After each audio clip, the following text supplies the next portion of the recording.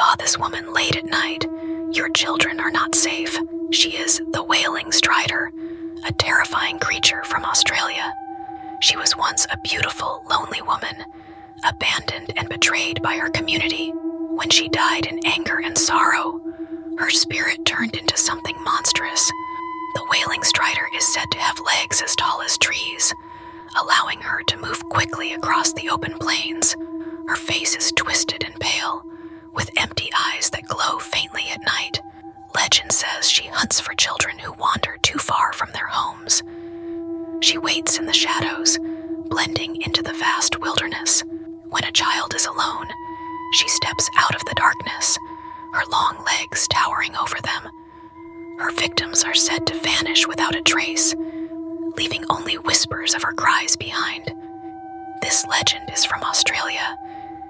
Guys, comment your country so I can make a story from there.